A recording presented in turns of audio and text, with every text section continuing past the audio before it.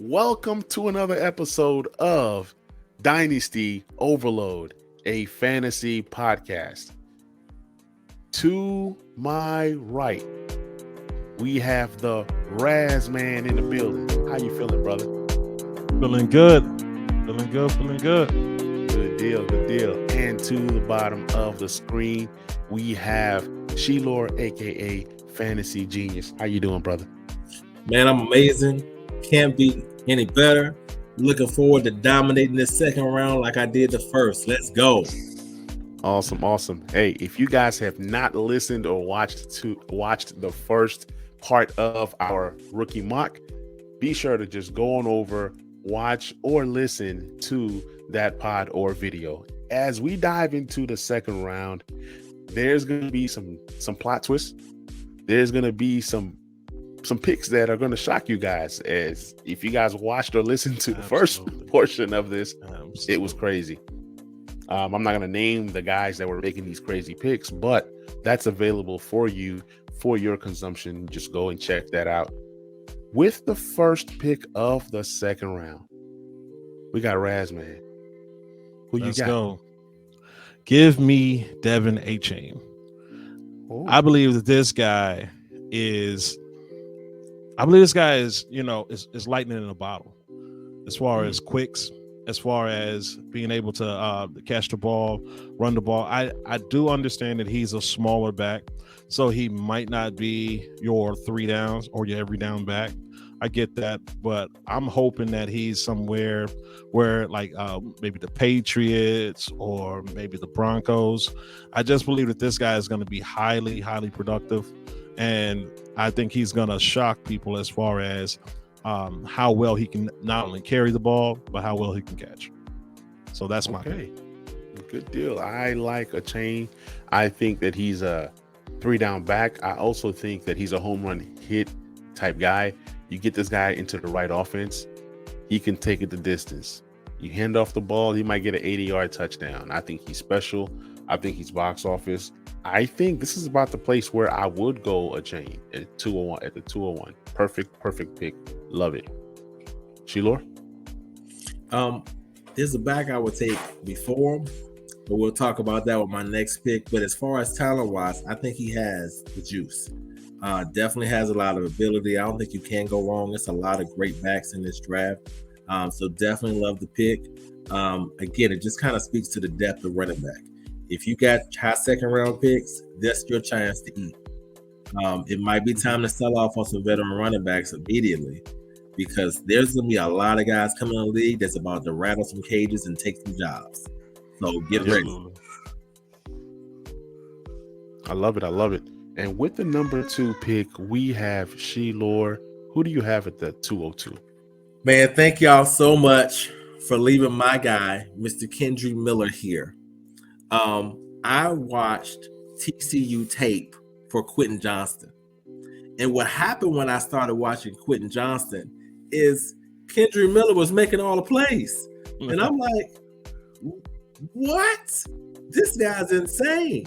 And I'm sitting here watching him. He has all of those different pieces. You see a lot of elite talent, a lot of elite skills. He has hands. He can move.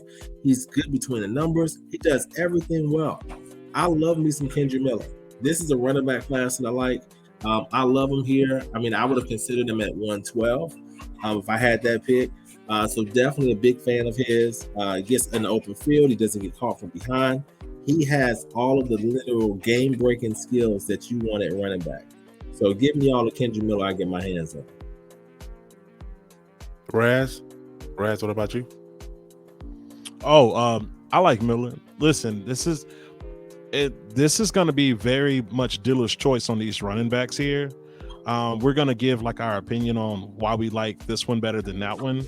But listen, I do love the pick. You could throw a stone and hit one of these running backs, and it's going to be a good pick because they're all talented. Okay, I respect it. I like it. I do like Kendry Miller.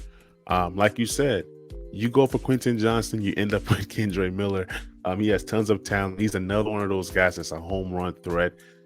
It's just so many really good backs in this draft, but still, there's still a tier. Okay, I have my 3 elites, and then everybody else is everybody else. With the number 3 pick in the second round, give me a guy that's being disrespected. Give me a guy. People are saying this is a weak wide receiver class, and I love it. When they say that, I love it. Give me Zay Flowers.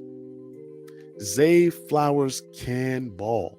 This is going to be a guy that I'm grabbing between the 201 and the 205 range. Last year, it was George Pickens. This year, it could be Zay Flowers. And obviously, we don't know where these guys land. He can land in a trash spot, and obviously, my entire board changes, right?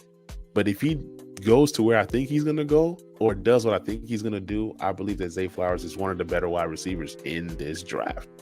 And he can make a case for wide receiver 2 in this draft when it's all said and done. Thoughts, anybody? See, this is why I wouldn't go downs where you had him, is because Zay Flowers is here. And they're not the exact same person, but their skill sets aren't that dissimilar. Their sizes aren't that dissimilar. Listen, so give me Flowers here rather than Downs in the first. So I think it's a great pick. No, I think it's a great pick. I mean, he definitely has the ability, definitely doing some hard work. What I heard was he literally has already gained 10 additional pounds at his pro day. So that's a big thing as far as actually being able to navigate that. He's a receiver that can run the slot as well as the outside. Sheila, that versatility there. That only makes him 180. Listen, when you put the work in, and this is what I want to talk about. This is good. It only makes him 180. But if you watch Devontae Smith's transformation as far as being able to gain weight, when originally I thought that was the issue, when you see you have a combine in February, and now you're seeing now in March for you to be able to pick up 10 pounds of muscle, that shows me a commitment to your craft and a commitment to your body. When you have those types of things and you're actually mentally strong enough to make that happen, that's a major thing. And still not lose anything on the speed side, still be able to perform. That's somebody that's committed to their success. So I love the Zay Flowers pick. Okay. All right. So with the number 4 pick of this draft, we have Razman right back on the clock. Okay. Now, guys, I want you guys, you know what? We're assuming that it's not tight end premium. So my next pick is going to be Jalen Hyatt. Give me Jalen Hyatt here. Listen, there's so many great running backs. I know I can probably get one more. So I want to take Jalen Hyatt. Jalen Hyatt is going to be kind of like your Quentin Johnson as far as a size speed combo. And the thing about Jalen Hyatt is, the scary thing is he's only had one season of real production. But the other thing is this guy ran away from everybody. He brought down the passes that was thrown to him. He brought it down, so it seemed like he was had good soft hands. And the other thing about this guy, the scary thing is his route tree. But other than that, I mean, this guy was dominating. I mean, he dominated this year when Cedric Tillman went down. I mean, hands down, and he run the Biletnikoff, best receiver in the league. So, I mean, take that what you want, but I'm loving the talent here. I think it's a great pick. All right, Sheila. Jalen Hyatt's a dog. He can ball. He gets the job done. I think a lot of teams are in need of wide receiver, and I think that's going to elevate the receivers in this class because it was such a weak free agency crowd that although this is considered a weaker class, they're going to walk into an opportunity to really make a name for themselves. Jalen Hyatt has been mentioned as a possible fit for Green Bay. I think if he goes there on the other side of Mr. Watson, I think that's a nice fit for him. I would love to see him kind of land in different spots. If he can end up in with the Chargers, that would be a great fit as a third receiver there as well. So definitely kind of one of those guys because of his speed that can be a field stretcher. My only concern with him is he might be a better NFL receiver than fantasy receiver. In that Deshaun Jackson mode where he makes a game-breaking play, but then it's inconsistent throughout the week, throughout the season. So that's my concern and why I hadn't taken him at this point, but definitely has some skills and some upside. Yeah, for me, he's more of a 210 to 212 kind of guy for me.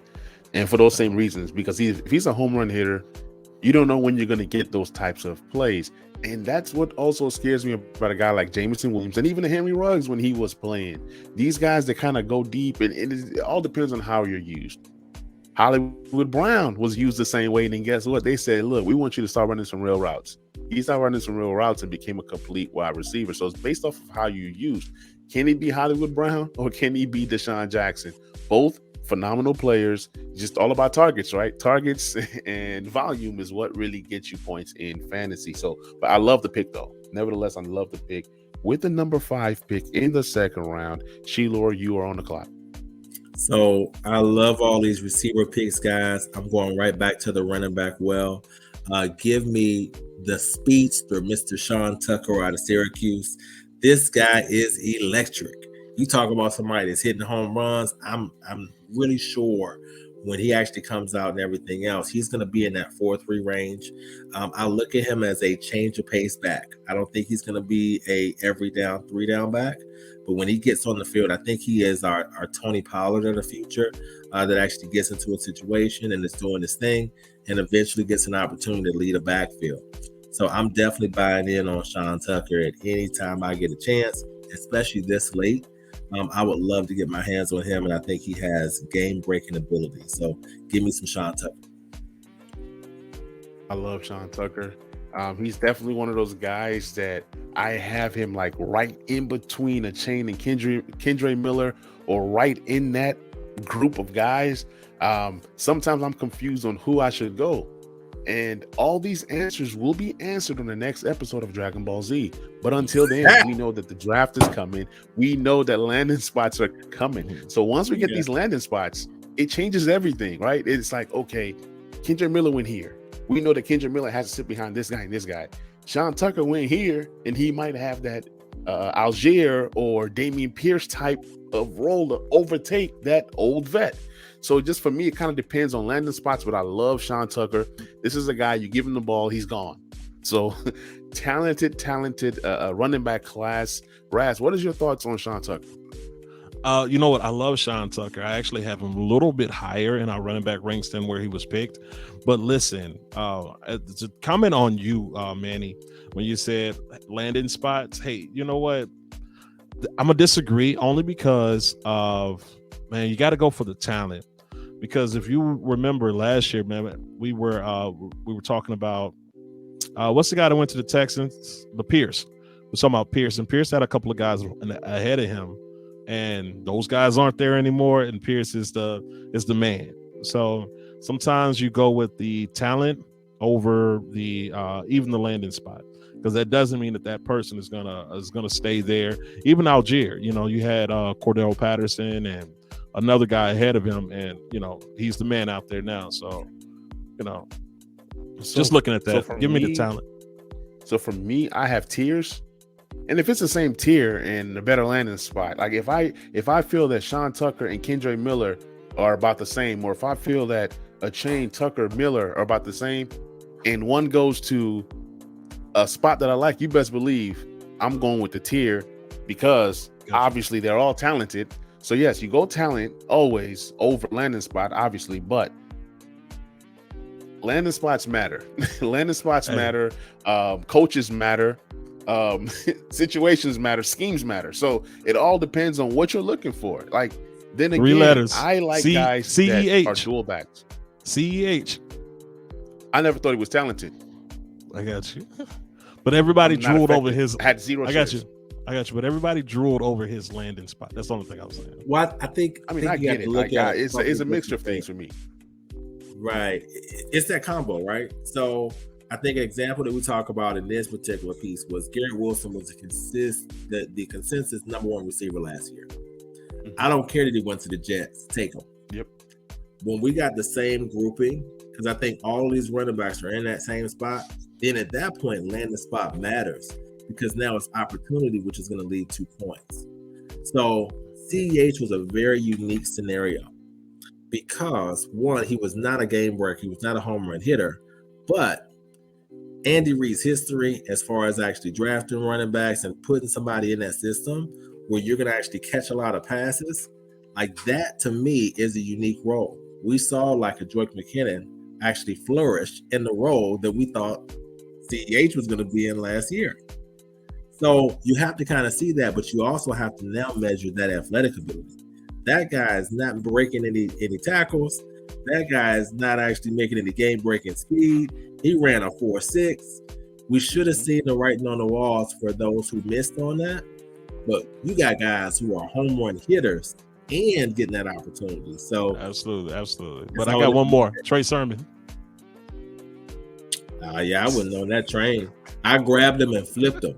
I think I sent him to a couple people on this Zoom a couple times. So, I ain't mad at it, man. I grabbed him and flipped him based off the situation. I never trust San Francisco running backs. I don't know what they're gonna do.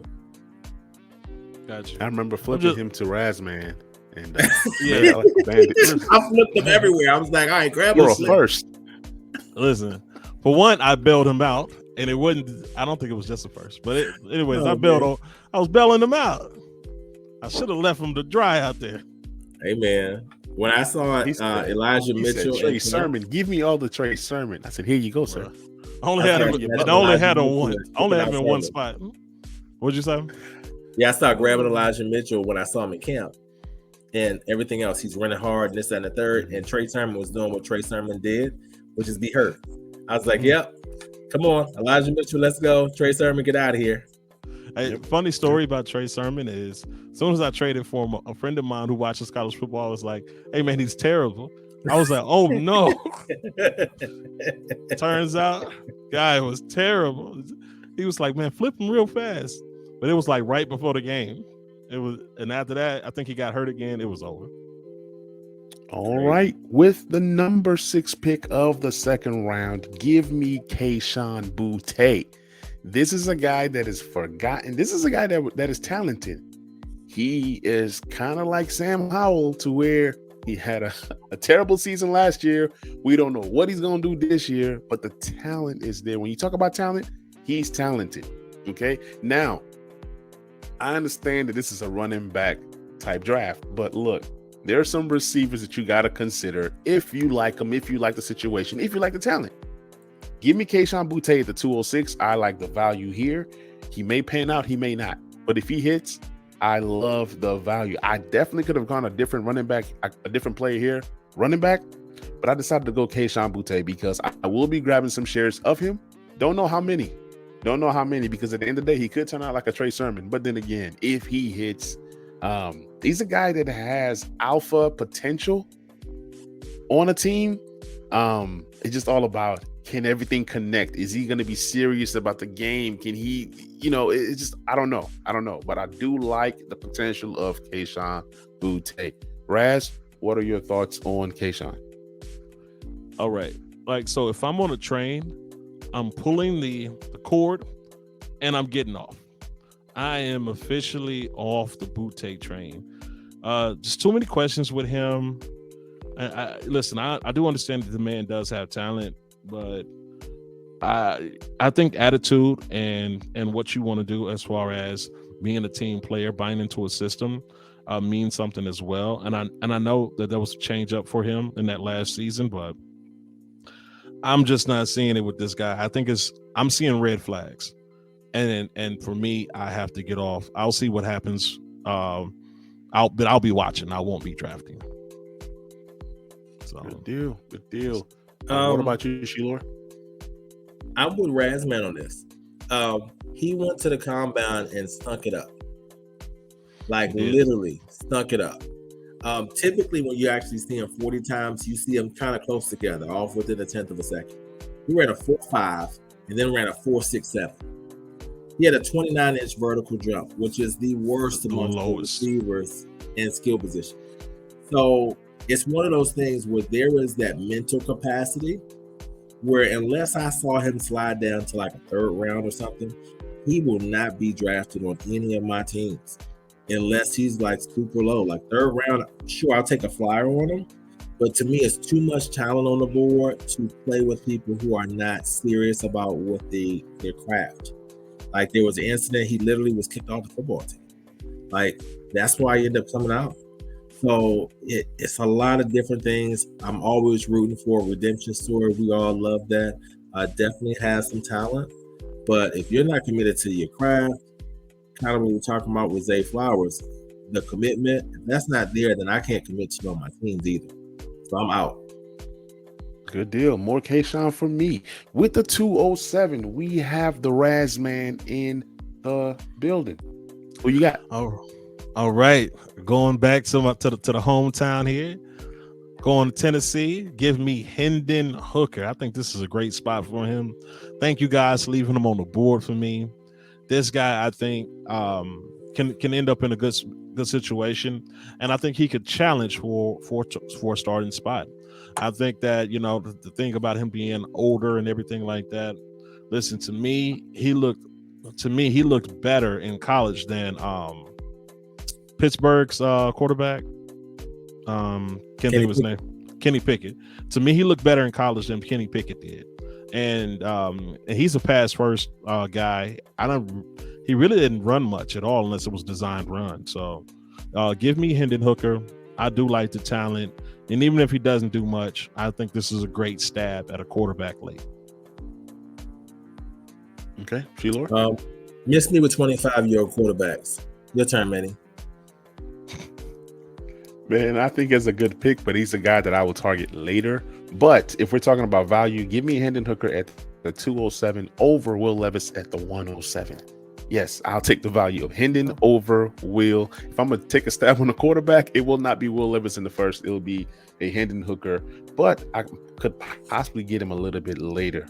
I've heard talks and rumblings that some people are going to draft this guy in the first round, and that's cool. You do that. I know guys is going to draft him in the first round. Well, hey, I know guys. I said I know guys are going to draft him in the first round. Yep. Awesome. I'm here for it all. With the number 8 pick, we have Sheila. Who you got, man? All right, guys, it's time. Israel Abanikanda is the guy I'm taking right here. Oh wow! This guy has home run, game-breaking ability, and the size that you want to actually see at your running back. 220 pounds. Literally came out today at Pitts Pro Day, ran a 4.26 and a 4.32. Oh, wow. Give me all the Israel Abanikanda. I'm sorry, y'all. I know we got him on our sleeper list, but the people need to know what's going on. If you're not grabbing Izzy in the second round, you are missing the boat. Get yourself some Izzy. He's going to take somebody's job. Okay. Yep. Raz, I'm going to let you talk, then I'm going to talk about Izzy because I love Izzy. Hey, listen, I like Izzy. I do. I'm a big Izzy fan. I don't see him as a every down back. I don't. I like him. I do. I just don't see him as an every down back. And that's kind of what it is. I do like his talent though. I'm not mad at this pick at all. Yeah, I actually love this pick. He was a guy that I was trying to grab at the 301 range, 304 range, somewhere around there in between there. But the guy has some home run hit potential. If you go look at the tape, go watch the film, you'll see him break runs of over 20 yards countless times. This is a guy that can catch the ball. He can run the ball. He has vision. He's a really good back. And if he gets into the right situation, one thing that I'm going to look at, as much as we love to say talent over whatever, I'm looking at draft capital. Yep. If he gets some decent draft capital, that tells me what the rest of the NFL thinks about this guy. So a lot of these guys that we're drafting, I'm definitely going to be looking at draft capital.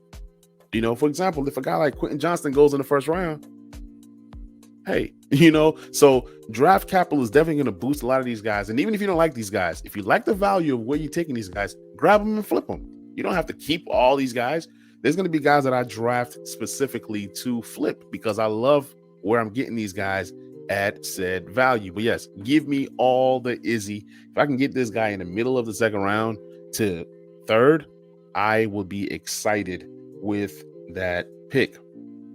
So coming up with the 9th pick of the second round, it's back to me.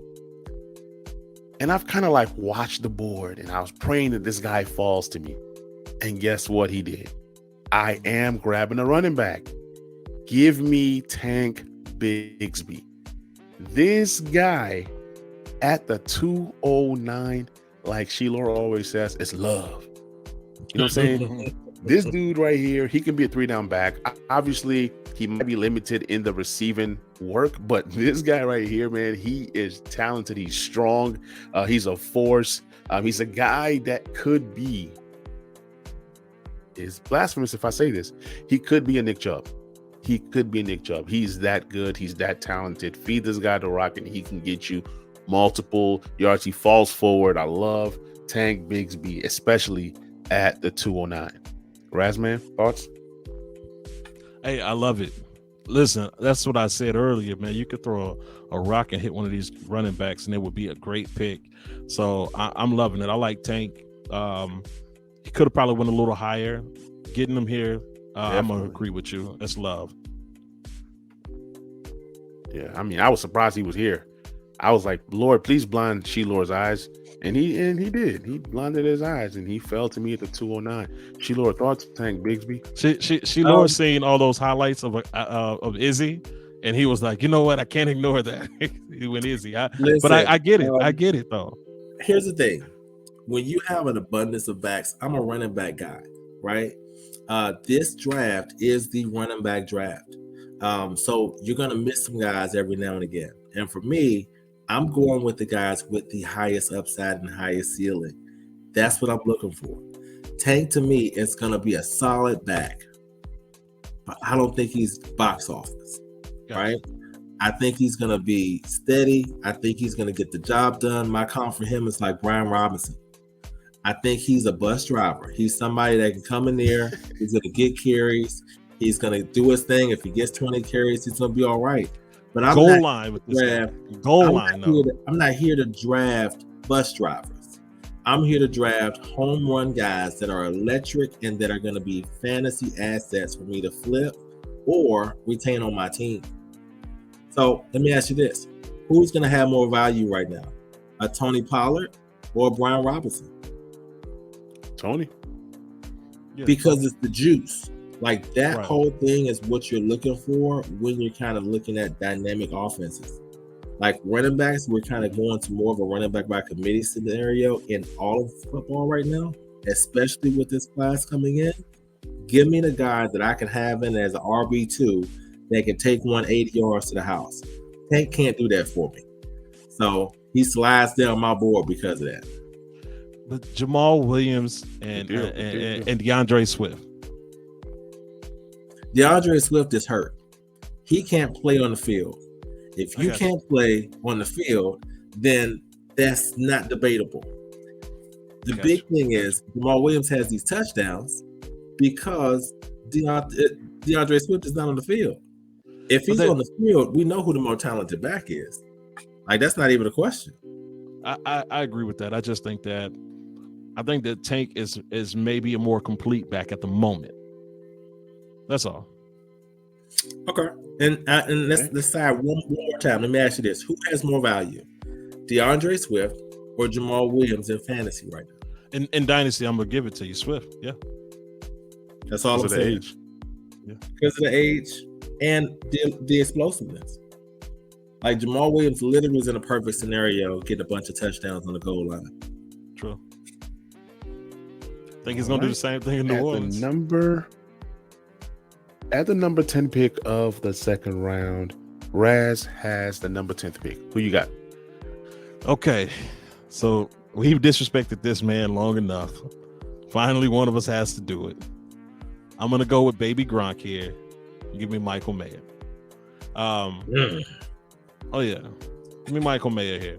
I believe that Michael Mayer does have the ability to be one of the upper echelon tight ends.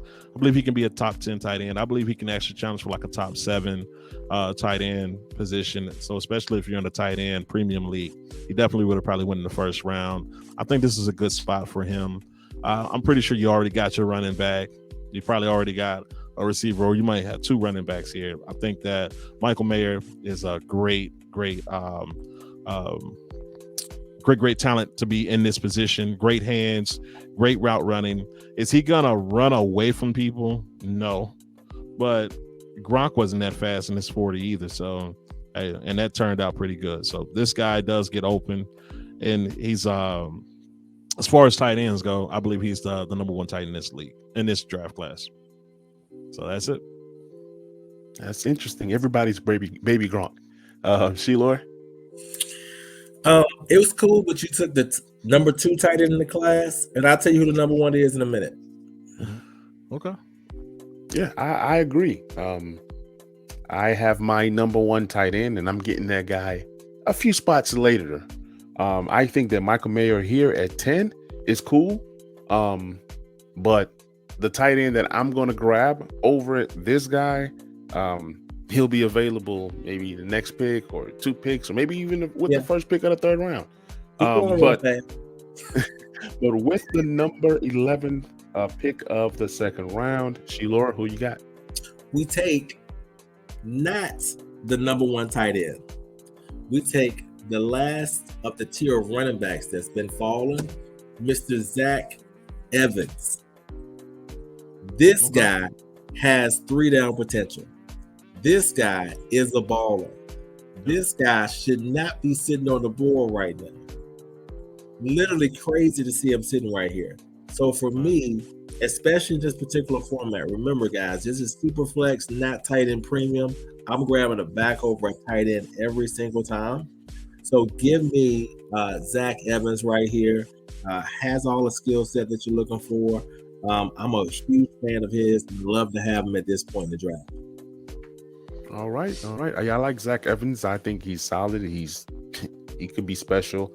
He's one of those guys that I group with the Kendre Miller, Chains, and Sean Tuckers. And I just kind of grab. I mean, it's like a coin flip. I mean, you grabbing one of them. They're all pretty good. So I think like I was doing a Devy league, and I grabbed like 3 or 4 of these guys in a row because I don't know landing spots. I don't know situations. I don't know volume. They all are around the same tier. I think I took Charbonnet first, and then I took 3 of these other guys. Tom, your thoughts on Zach Evans? I like Zach Evans. Great speed, great size. I just don't think that. Listen, I think it's a great pick here, but to me, I would probably go one of the other positions because I believe I can get. Listen, you can't get Zach Evans, but I think I can get somebody that's comparable here in the 3rd. So, but I do like the pick. All right. So I am going with the last pick of the 2nd round, just because I can go any position, but just because, let me grab my tight end 1 of this draft. And that's Dalton Kincaid. That's my number 1. Give me all the Dalton Kincaid. You're gonna get him at a discount because people are gonna go Mayer, even in tight end premium. And as these guys are grabbing Mayer, give me all the Kincaids in the 2nd, 3rd round based off of what kind of format. I think this guy right here has the chance to be that next Travis Kelce. People always say, give me the baby Gronk. Give me the Travis Kelce. Give me the guy that's going to get you all the targets, all the catches, all the receptions, can shake you, bake you, and score the touchdown. So give me the guy that can do multiple things. He might not be a better blocker than Mayer, but this is fantasy football. We don't care about no blocking. Yes, you get on the field more if you're a good blocker, a great blocker, but give me all the Dalton Kincaid. Sheila, what about you? Yeah, that's tight end 1. Like, it's not debatable. It's already what it is. I think what you have is you talk about that explosiveness. I think that's the biggest thing, and the hands. So he looks more like the Kelce piece as far as what we're looking at, as far as that tight end that can actually catch the ball. And if he goes to the right spot, you can look at him right at 16 at Washington, 15 at Green Bay. If he goes to one of those spots in those offenses, I think you're going to see a tremendous fantasy potential, even from year 1. A lot of times it takes tight ends time to actually, explode and kind of get on the scene. He's somebody that can have immediate availability and immediate production in year 1. So that's what I'm doing. I agree. Raz? Oh yeah. Listen, I like Kincaid. I have him very close to Mayer. I'm sorry, guys. I was thinking about my next pick, but I like Kincaid. Yeah, you guys are right. But except for about him being number 1, he's number 2 tight end. Other than that, All right. It's one of those things like, hey, do you want George Kittle or do you want Kelsey? Give me the guy, like I said, that can get you more, that can do more explosive. And he's a guy that can literally come in year 1 and get open. Just imagine him in the enemy offense with Sam Howell. And you're using this guy as a safety valve. He's going to come in. He's going to beat out Logan Thomas if he makes the 53-man roster. He's going to come in, beat up John Bates and Cole Turner and Amani Rogers. Like, this guy right here is going to be a guy that gets on the field and he's going to get open. And if, let's say, he's not a good blocker, you got Bates and you're going to have this guy in the slot taking some of those slot snaps and just, I mean, it can be beautiful if he lands in the right spot. Being a better blocker gets you on the field longer, but that's just me. I agree with that, but I think it's faulty. Being a better blocker means that you block. You block, but also when you're doing those fakes where people actually bite on it. They actually think you're probably going to block, and then you leak out, and then you're getting catches. So yeah, you can get a catch, but if you fall down, I'm cool with it. Yeah. I mean, it's interesting. I mean, I love it. Like I said, sometimes you have these tight ends that are schemed, right? Open. I mean, we had Logan Thomas catch he was tight end 3 1 year in the low tight end year, and he was a schemed open. The guy has no moves, no talent, no anything. And he was schemed. Just imagine having a guy who's talented being schemed. You know what I'm saying? So, yeah, absolutely. Let me see. Sheila, you got something for us? So what I want to do as we kind of wrap up, because we're going to close it down at 2 rounds, right? But out of everybody that's left on the board, what I want to do is just pose a question to you guys. Out of everybody that's left, we're going to start with Razman first. Tell me, who is the guy that you would actually grab right now as you're going into the round 3? Who's the steal right now for you? And this is why I was low on your Evans pick, is because of McBride, Dwayne McBride, my guy. This is one of my biggest sleepers. This is my guy. I'm loving him. So that's where I would go next. I love him. All right, Manny. Who's your guy? Great pick. I love that guy. I mean, right now, I can go multiple different ways. If it's tight end premium, I'll obviously go with my tight end 3 in this draft. But give me a guy like so many. Give me a guy like Marvin Mims. I know he's smallish. I know he's not the biggest guy. What'd you say, Tommy? I know where Sheila's going, but I'm listening to you. Yeah. Give me Marvin Mims. I love the program that he's coming out from. I love his talent. I love his speed. Yes, he's smallish, but given the right situation, right opportunity, he could be something. And this is a guy that you're grabbing in the 3rd round. What's the worst that can happen? I mean, this is a round where you take stabs at players, right? Who could possibly, do something for you. So Marvin Mims, especially if he gets some draft capital, if he's a day 2 guy, give me all the Marvin Mims early in the 3rd round. All right, and to close this thing out, and I love those guys there.